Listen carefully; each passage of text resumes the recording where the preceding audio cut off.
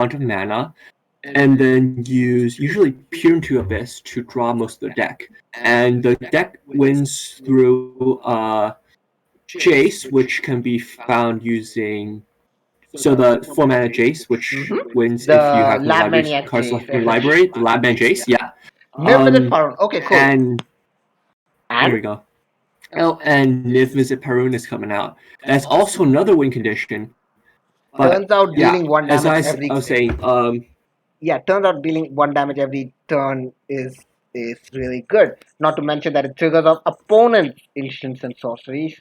Would it matter? I am not sure. Now I don't think this deck runs a lot of instants or sorceries. Look, now, I'm gonna be honest. Now, technically, he might as well be dead on board because Limited Pound is a hell of a magic card. It's gonna bomb him lot of damage. So Bradley specifically needs to figure out how to win over here, or he might just not have another turn. I think the best bet would be if you'd find an Ulamog. Now, I don't think the deck runs Ulamog in the main deck, which means that it'll have to be coming out of the sideboard with a Vivian. Now, that'll be difficult because Vivian can't find Ulamog on the first activation. She has to first tick up and then tick down to grab a creature from the sideboard. Bradley in the tank right now because, again, this might be his last turn. Naming Vizier from the Pitching Needle turns out to be very, very relevant because right now that Pitching Needle is doing more work than it should be. True. That is true. 3, 4, 5. Still on 5 man now. What does Bradley want to do right now? Ulamog is the play, but we're still waiting. I believe Bradley has 1, 2, 3, 4, 5, 6, 7 mana. Right, Nissa straps for 2 mana because of 4. Yeah, right. I keep forgetting. Green isn't really my color, but. And then also, Nissa can untap on the land. Exactly. So it's technically 9 mana right now.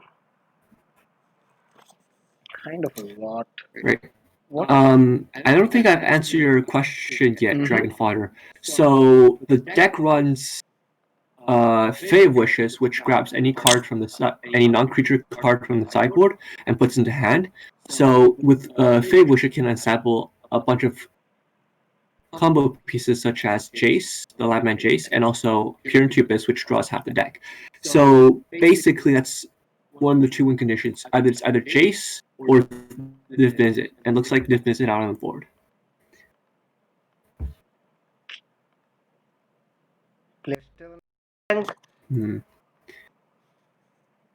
You know, right now I'm hard pressed to find it out here for Mr. Bradley. I'm thinking what actually does out because you're gonna get domed for a lot of damage.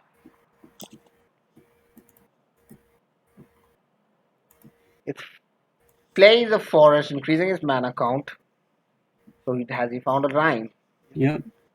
Ooh, I think another line now. Karn can minus to get Meteor Golem from the sideboard. Meteor Golem is indeed a card, and that is exactly 7 mana. So, I mean, of course, now it's more than 7, but still, that's one line that he can go. Oh, nice. That is indeed an artifact. That is indeed an artifact. Keep forgetting how good Khan is, and I have been punished for forgetting how good Khan is, but that's fine.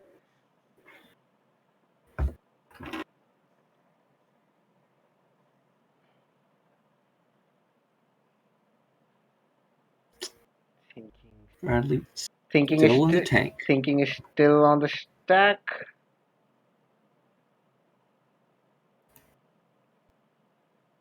It's been around 4 minutes now since he first started his turn, so there's quite a lot of things going through his head, I'd imagine. I mean, going about this, the fact that he has 2 Lotus fields and potentially a way to untap it might just be what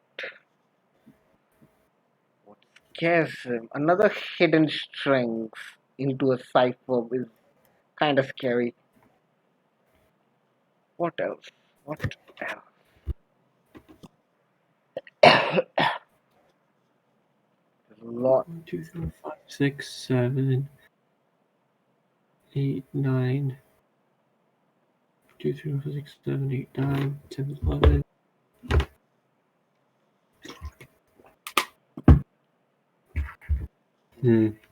Tapping 3 mana, Oh, 6 mana, 7, 8.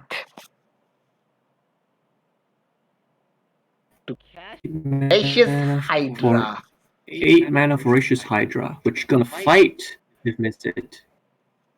Well, 8 mana definitely kills a 5/5 dragon. That's gotta be a dope ass match. Hydra This just is straight up 6/7. beating up a. Yep, it is indeed a 6/7 Voracious Hydra on the field. This untapping a forest is getting more mana and potentially a 3/3. Yeah, it's like Attacks are being declared yeah, for. and now Bradley's going on the attack here. What do you think of that tax? Swinging for Swinging for another 6 is 6. fine. So Abroil Grazer stops in front of the forest, dying essentially. Now, on Kavi's side, how do you get back the combo without him? Is it? What's the play? I think we can see a potential peer into the abyss here, even though there is not a lot of cards currently 6 in for his hand. 4 So over pages. Draw 3, untap 2 lands, yeah. discard a card. As another one of the key cards because it's essentially mana generating and it filters your hand, so it is quite a good card. And Fair Wishes, as you Wishes. said, Fair Wishes, getting a card from the sideboard, or rather granted. What wish will be granted? Look at the deck list here.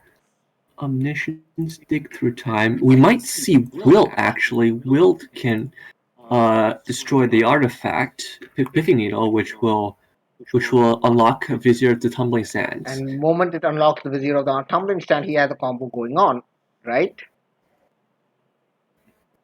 Yeah.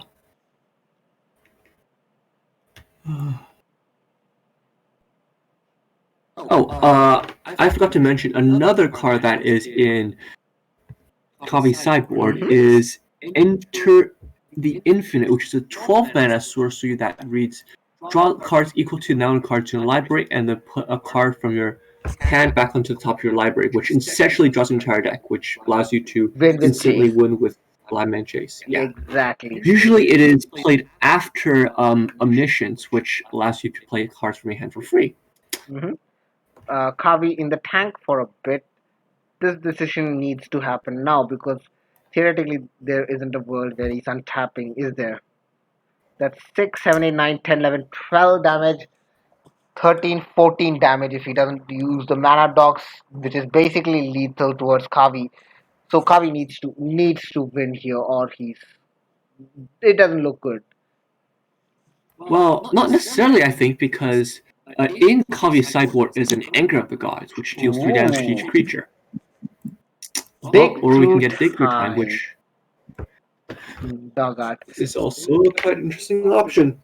Dig Through Time, basically 2 mana, draw, look at top 7 cards, is normal.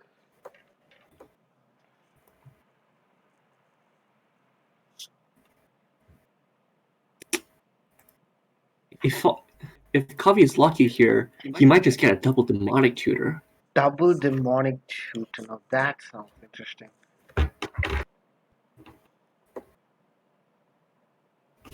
Interestingly, Dig Through Time doesn't reveal, which I thought it did for the longest time.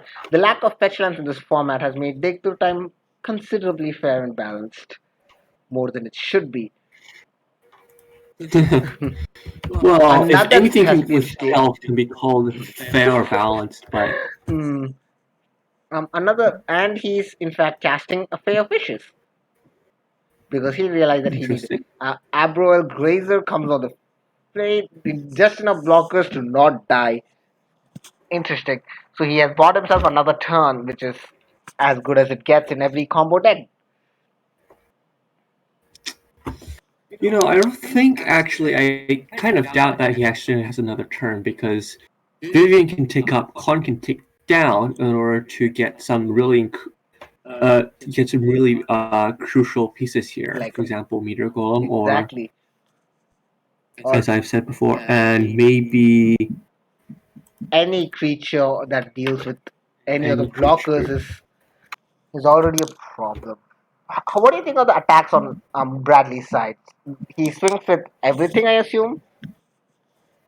I think so. Then, as blockers, you'd go block the Voracious Hydra, block land and land, or is it better to block a mana dog to prevent mana?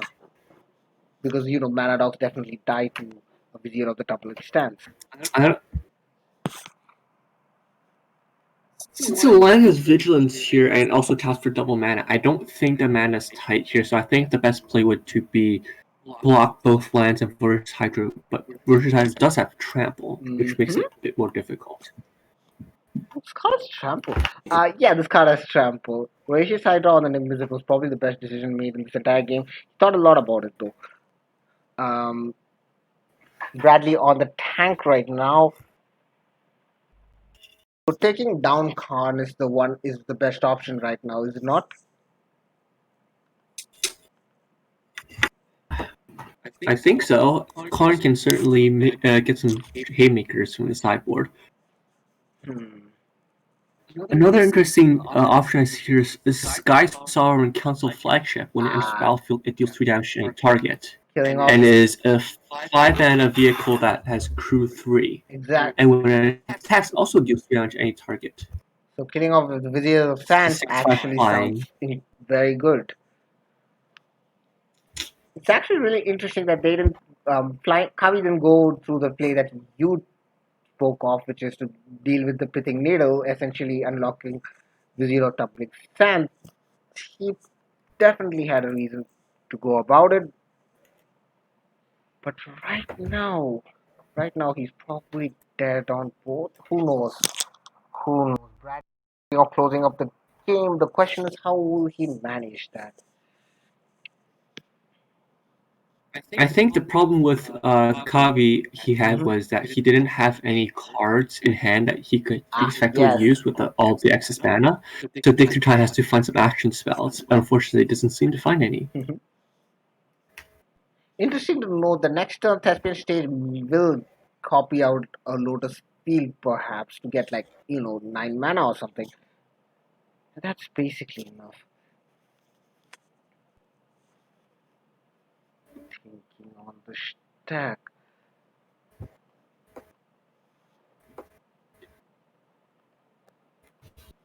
Game is nearly 30 minutes long now, and we still haven't got out of game 1. Oh, and a God Pharaoh statue from the sideboard, just like you expected. Card's good. The beginning of end step, Kavi does lose, and he does in fact cast the God Pharaoh statue, making every spell cast cost 2 more. Picking up Nissa, getting a 3/3, looking really grim for Kavi right now.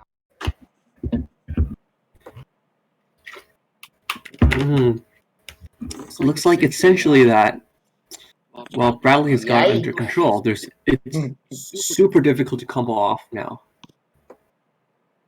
And block is expected. Yep, blocking the forest the land is the play. Taking 6. Is there a world where Kavi actually comes out of it winning? Dealing with this entire board? Very unlikely. I would say that it would involve. Actually, I don't really know what it would involve because there's basically no chance of generating mana through a Godpharaoh statue. Yep, Godpharaoh statue. Turns out Nicole Bolas having his last fight is kinda hilarious. Actually, I might think of something. Hidden Strings can untap lands and then gets ciphered onto Fey Wishes. If Fey Wishes connects with Bradley here, then it gets untapped another 2 lands, which might get enough mana to. Okay, never mind. Looks like it's just lost here. Yep. A second Voracious Hydra is played for how much exactly? It's revealed off Northern Nissa, so Oh, he hasn't yeah, actually yeah, yeah. played A it yet. second Voracious, but there's perfect chance to actually play the Voracious Hydra for 1, 2, 3, Three, 4. 4. So X will be equal 2 here.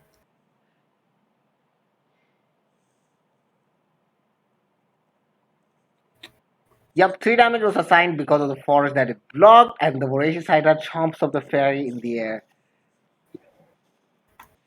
So I was trying to think about how you can potentially attach hidden strings to Fey Wishes to get another untap, but looks like more unlikely now. It's gonna take a miracle on Akavi's side to win this game. Poor old Pages is played. He's attempting to combo off. With combo off with the God Pharaoh statue. Looks extremely unlikely to me because poor Pages loses mana rather than gains mana. So I don't know how it's gonna get out of this, but Take through time for 3 approximately. Looks beyond me. The mana situation. He just has to Dig do. Through Time does work through God Pharaoh's statue because of Delve. He just has to. He just has to There's add 2 to his interaction here. mana calculations, which is fine. Tapping is playing hidden strings, untapping. Untaps 2 lands.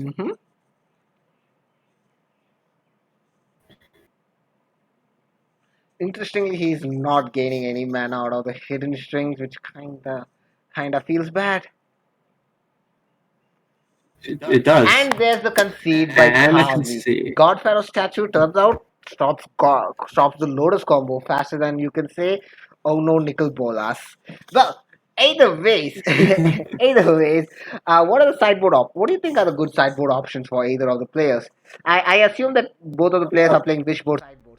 Same side anything. I don't think the mono green deck sideboards anything here because the non-wish targets he has is 3 heroic interventions which basically does nothing, and 3 hunters which does even less than nothing. So it will seem like looks like there will be no sideboard from Kavi. mono green side. Kavi is also. Meanwhile, we might see. We might see Kavi sign some copies of Wilt due to the fact that NSingman is playing Karn. Wilt.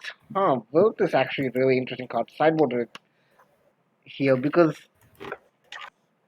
yeah, this artifact destruction always a good thing, and getting it off a fairy is sometimes just not good enough when you have a bajillion card draw effect. Playing on Bradley's sideboard deck.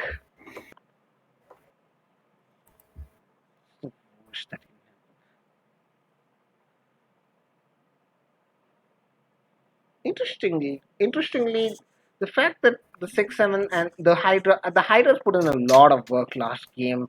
The fight clause is essentially a creature removal, isn't it? Is there a world where they just straight up double up the counters? Okay, the match started. Wait, where is it? Kavi deciding to go first? I don't think these things will be interesting.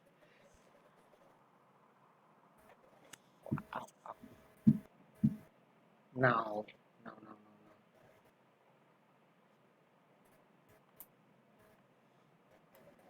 Both players have drawn their opening. Being on the players is quite key to this matchup because Kavi you get one is extra. in fact mulling 2/5.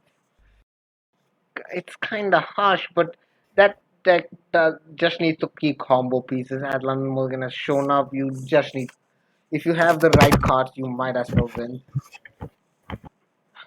Temple of Mysteries comes in untapped. Scrylands from Theros are actually really, really good in every combo deck. Scrying one, putting it on the top. Now what? Kavi with a forest and an elf. Deja vu. The good old turn 1 Elvish Mystic. Never fails. Never fails. Second Temple of Mysteries is interesting. Scrying another one on top card. Now it's interesting because he missed the opportunity for turn 2 Vizier, which is probably not the best, yet it sets up a good amount of combo. Right now, Bradley is on 3 mana. What do you get for 3 mana?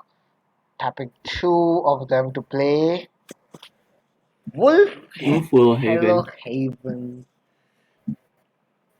No, and channel that. Basically making Looks it like it's for elf 2 getting. tribal here. You're basically playing Elf Tribal right now. 2 land over Elves. It's interesting. It looks like he has Yep, access to potentially 7 mana this turn. that's what I was gonna say. Lotus Field sacking both the temples. This game doesn't look Yeah. winnable by Kavi's side, but who knows? Nissa, who shakes the world, is on the field. I'm tapping a forest. I mean, as long as there's no any sort of stacked pieces on the opponent's board, it's quite likely that he could just go off at any moment here. Mm-hmm. Interesting question. The Wolf Willow Haven stacks with the Nissa on the forest, doesn't it?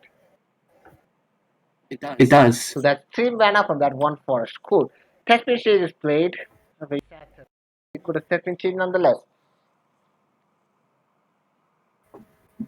Holding a mana. So it looks like it's going to Thespian stage, copying Lotus Field the end step here. With exactly enough mana to have any sort of interaction. The forest is played. 3, 4, 5, 6, 7 damage going in. Assuming he does nothing else, I suppose. 8, 9. Yeah. What do you think of the attacks? You probably had to do something this. Second Wolf Willow Haven. Doesn't change the equation a whole lot, does it? Because Kavi still has to either combo or do something on his next turn. Favoricious getting Anger of the Gods could be quite a play here because it wipes out the entire board of Bradley. Indeed. That's interesting because if Bradley loses the entire board, that's kind of a problem because Nissa notably does not give you indestructible. Swinging in for a 10 damage. You've seen it here, folks. Turns out green decks do a lot of damage in combat. 10 damage. God. Testman Stage copying Lotus Field, as you said, is the play. Now, 6 mana. This is only turn 4. He has to win now or he's dead on the board. Question is, can Kavi pull this through?